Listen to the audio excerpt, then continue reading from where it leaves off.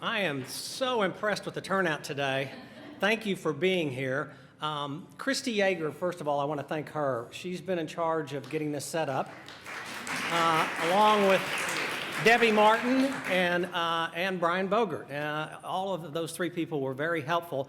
Christy told me to tell you this is not Northwest Oklahoma City. This is not Bogert Parkway, but it is warm and dry. We get these things from time to time when we do these presentations. It's called a script. And the script's quite helpful, and I'm going to give it to the family because it talks about Dick's life. But I'm going off script today, and that's because I knew Dick for 30 years. And there are two things that I hope will resonate with everybody in this room about Dick, and I'm going to read this. I wrote this last night. Number one, Dick had one passion, and that was his family. Family came first because family was the most important thing in Dick's life. However, most people don't know what Dick's definition of family was. You see, there was an incredible thing about Dick's definition of family. Of course, it was Barb, the kids, the grandkids, his brothers and sister. But Dick's definition of family was much broader than that. His family included his employees, his good friends, the people he trusted, including his accountants, his stockbrokers, his lawyers, his waitresses, his bartender. They were all good family friends. I represented Dick since 1989, and he taught me so much in that 30-plus year relationship. I could go on for hours about his funny sayings, such as, and some of them I can't mention here, like the 5 Ps and the lawnmower principle. His lucky beans, which I have a lucky bean today thanks to Vicki. I never understood the lucky beans, but he always passed them out, and he was quite fond of them. But what I really enjoyed were the stories he always told about growing up in Enid, about living in Stillwater, about being in the military, about working in the oil field, and about family and friends. I learned so much from those stories. But the most important thing Dick taught me, and this is number 2 that I want to emphasize, was his random acts of kindness. There are so many people he helped out in good times and in times of sorrow. And some people didn't even know that it was him that was helping them out. He was helping out. I'll give you one example. I remember he helped out this guy that was in trouble. And he said to me, I'll never forget this as long as I live, I don't know if I really like him, but he needs help. And that was Dick.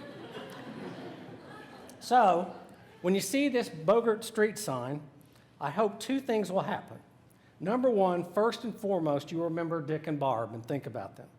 And number 2, you will think about doing some random act of kindness. Thank you.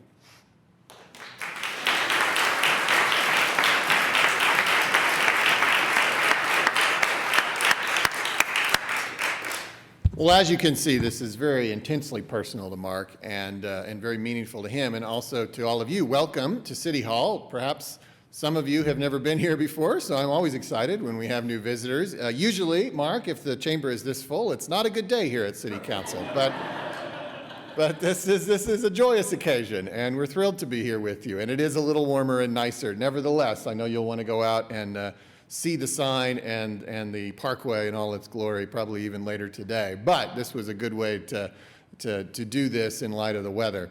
I want to tell you, it is a much more fun, maybe, in some respects, to be a mayor or a council member when you create a city. One of the reasons why is you get to name all the streets.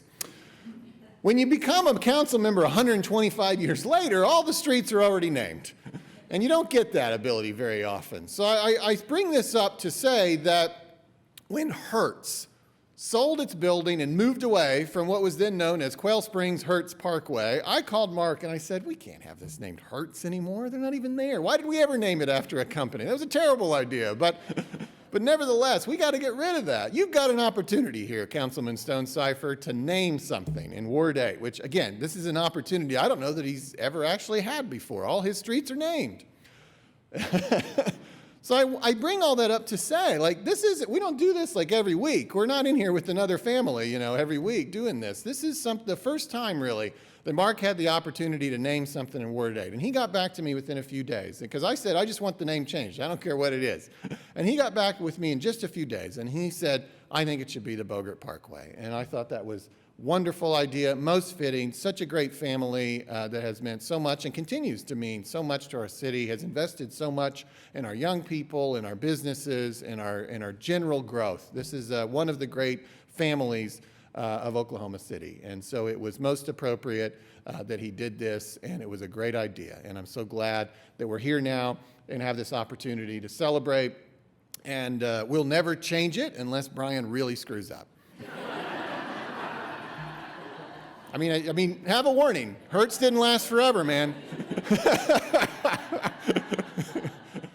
So thank you so much for being here today. Congratulations on this well-deserved honor, and it is my honor to bring Andy Bogert to the stage. And I will take this moment it's already on display. We don't have like a cover over it or anything, but I will officially, as mayor and on behalf of Councilman Stonecipher and the entire Oklahoma City Council, it is my honor to present to you and to dedicate Bogert Parkway.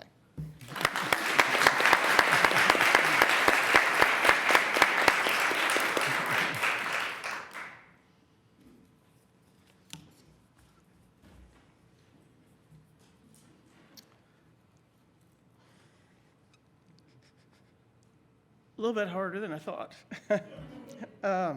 Thank you, Mayor. Thank you, Mark, for the kind words about my parents. I know they would love this honor. It's very special to us.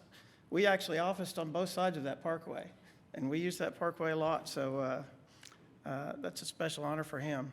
As I was driving in this morning, my sister Karen called, and she said, I can just visualize Dad calling me and telling me about this.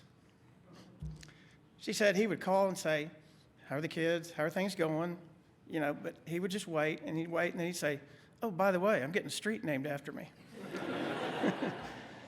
So she had thought about that and wanted to pass that along. Also want to introduce family.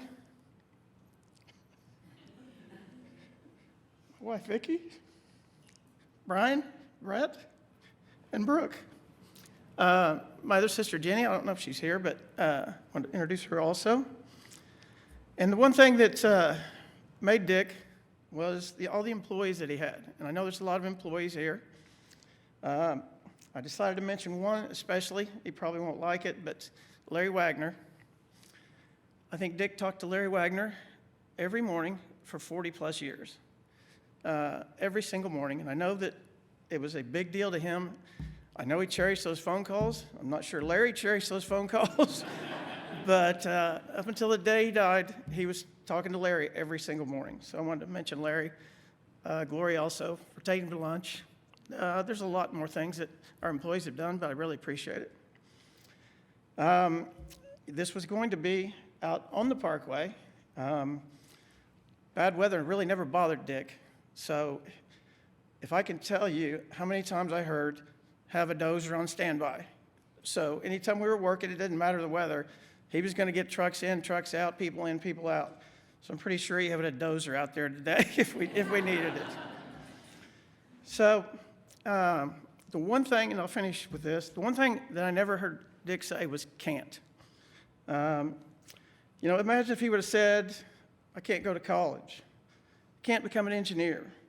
I can't build a company from 2 employees to 200 employees. I can't drill a well there. I can't invest my time and money at OSU. I can't invest my time and money at John Marshall High School. I can't invest my time and money at Heritage Hall. I can't plan for my family's future. Well, I just want to tell you, he could, and he did, and he left a legacy, and the Bogert family thanks you.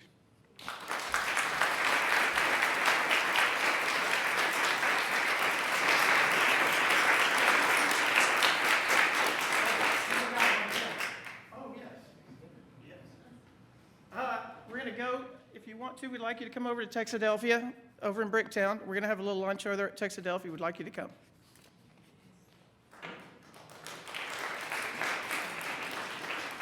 That concludes our presentation. Thank you, everybody, for being here today. This is so meaningful, and hope to see you at Texadelphia.